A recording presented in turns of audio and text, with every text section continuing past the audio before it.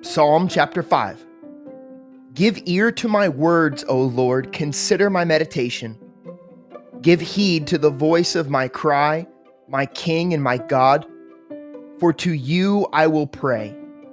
My voice you shall hear in the morning, O Lord. In the morning I will direct it to you, and I will look up. For you are not a God who takes pleasure in wickedness, nor shall evil dwell with you. The boastful shall not stand in your sight. You hate all workers of iniquity. You shall destroy those who speak falsehood. The Lord abhors the bloodthirsty and deceitful man. But as for me, I will come to your house in the multitude of your mercy. In fear of you, I will worship toward your holy temple. Lead me, O Lord, in your righteousness because of my enemies. Make your way straight before my face. For there is no faithfulness in their mouth. Their inward part is destruction. Their throat is an open tomb. They flatter with their tongue. Pronounce them guilty, O God. Let them fall by their own counsels. Cast them out in the multitude of their transgressions, for they have rebelled against you. But let all those who rejoice, who put their trust in you, let them ever shout for joy, because you defend them. Let those who also love your name be joyful in you. For you, O Lord, will bless the righteous. With favor, you will surround him as with a shield.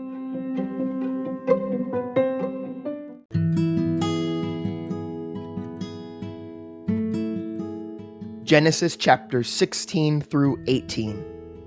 Now Sarai, Abram's wife, had borne him no children. She had an Egyptian maidservant whose name was Hagar. So Sarai said to Abram, "See now, the Lord has restrained me from bearing children. Please go in to my maid.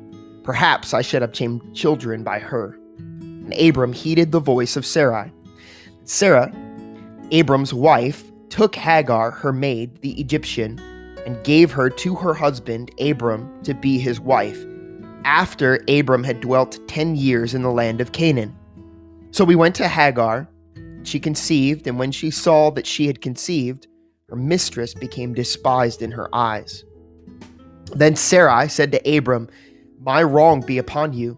I gave my maid into your embrace, and when she saw that she had conceived, I became despised in her eyes. The Lord judge between you and me." So Abram said to Sarai, "Indeed, your maid is in your hand. Do to her as you please." And when Sarai dealt harshly with her, she fled from her presence. Now the angel of the Lord found her by a spring of water, the wilderness, by the spring on the way to Shur. And he said, "Hagar, Sarai's maid, where have you come from and where are you going?" She said, "I am fleeing from the presence of my mistress, Sarai." The angel of the Lord said to her, "Return to your mistress and submit yourself under her hand." Then the angel of the Lord said to her, "I will multiply your descendants exceedingly, so that they shall not be counted for multitude." And the angel of the Lord said to her, "Behold, you are with child, and you shall bear a son.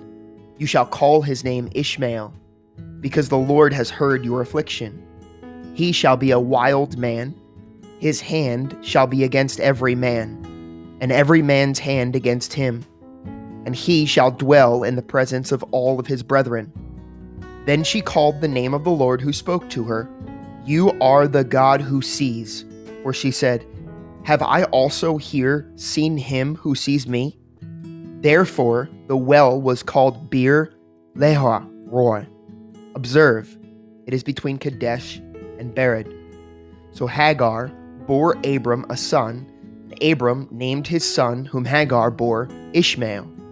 Abram was 86 years old when Hagar bore Ishmael to Abram. When Abram was 99 years old, the Lord appeared to Abram and said to him, "I am Almighty God. Walk before me and be blameless, and I will make my covenant between me and you and will multiply you exceedingly." Then Abram fell on his face, and God talked with him, saying, As for me, behold, my covenant is with you, and you shall be a father of many nations. No longer shall your name be called Abram, but your name shall be Abraham. For I have made you a father of many nations. I will make you exceedingly fruitful, and I will make nations of you, and kings shall come from you. And I will establish my covenant between me and you and your descendants after you and their generations, for an everlasting covenant, to be God to you and your descendants after you. Also, I give to you and your descendants after you the land in which you are a stranger, the land of Canaan, as an everlasting possession, and I will be their God. And God said to Abraham, As for you, you shall keep my covenant, you and your descendants after you throughout their generations. This is my covenant, which you shall keep between me and you and your descendants after you. Every male child among you shall be circumcised, and you shall be circumcised in the flesh of your foreskins, and it shall be a sign of the covenant between me and you. He who is 8 days old among you shall be circumcised. Every male child in your generations, he who is born in your house, or bought with money from any foreigner who is not your descendant. He who is born in your house, and he who is bought with your money, must be circumcised. And my covenant shall be in your flesh for an everlasting covenant. And the uncircumcised male child, who is not circumcised in the flesh of his foreskin, that person shall be cut off from his people. He has broken my covenant.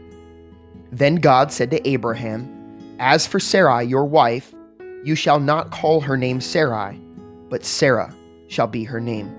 And I will bless her, and also give you a son by her. Then I will bless her, and she shall be a mother of nations. Kings of peoples shall be from her. Then Abraham fell on his face and laughed, and said in his heart, Shall a child be born to a man who is 100 years old? And shall Sarah, who is 90 years old, bear a child? And Abraham said to God, Oh, that Ishmael might live before you.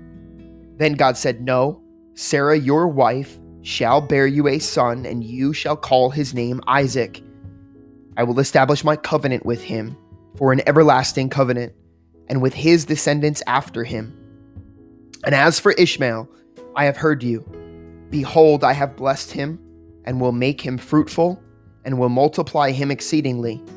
He shall beget 12 princes, and I will make him a great nation. But my covenant I will establish with Isaac, whom Sarah shall bear to you at this set time next year. Then he finished talking with him, and God went up from Abraham. So Abraham took Ishmael, his son, all who were born in his house, and all who were bought with his money, every male among the men of Abraham's house, and circumcised the flesh of their foreskins that very same day, as God had said to him. Abraham was 99 years old when he was circumcised in the flesh of his foreskin, and Ishmael, his son, was 13 years old when he was circumcised in the flesh of his foreskin. That very day, Abraham was circumcised, and his son Ishmael, and all the men of his house, born in the house or bought with money from a foreigner, were circumcised with him. Then the Lord appeared to him by the terebinth trees of Mamre, as he was sitting in the tent door in the heat of the day. So he lifted his eyes and looked, and behold, 3 men were standing by him. And when he saw them, he ran from the tent door to meet them, and bowed himself to the ground, and said, My Lord, if I have now found favor in your sight, do not pass on by your servant. Please let a little water be brought, and wash your feet, and rest yourselves under the tree. And I will bring a morsel of bread that you may refresh your hearts. After that you may pass by.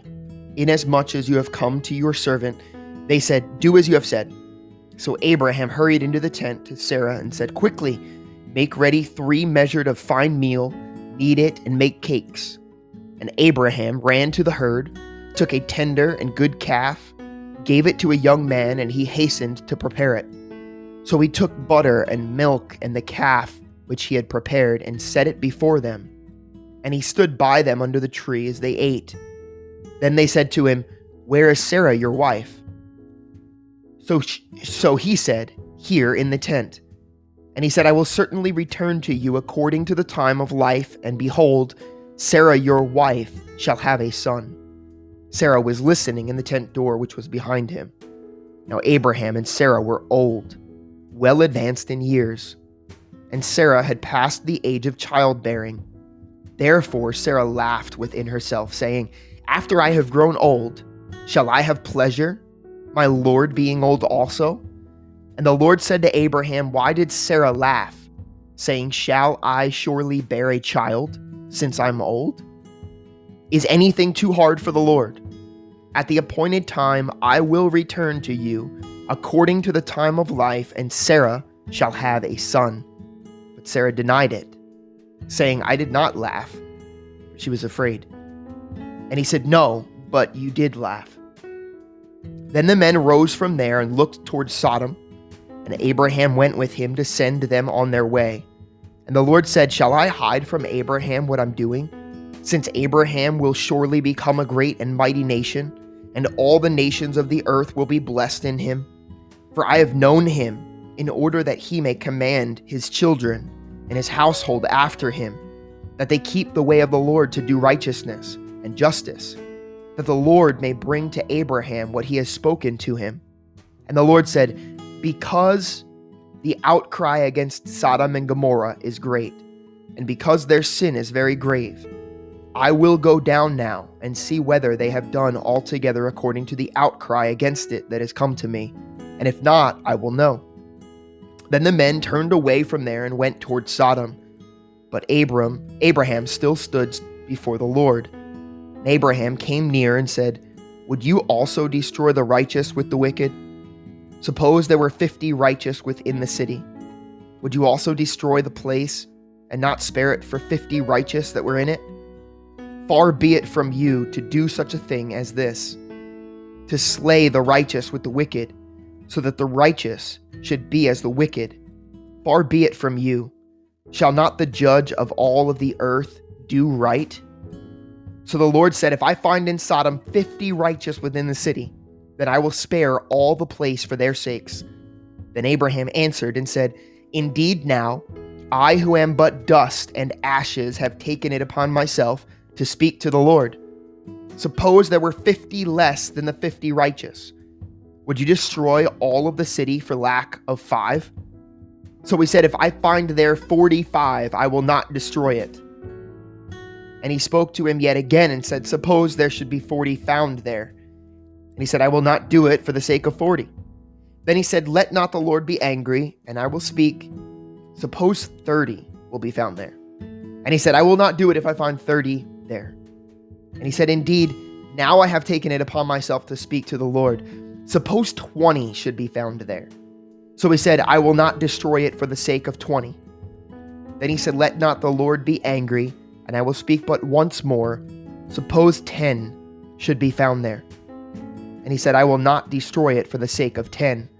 So the Lord went his way, and soon as he finished speaking with Abraham, and Abraham returned to his place.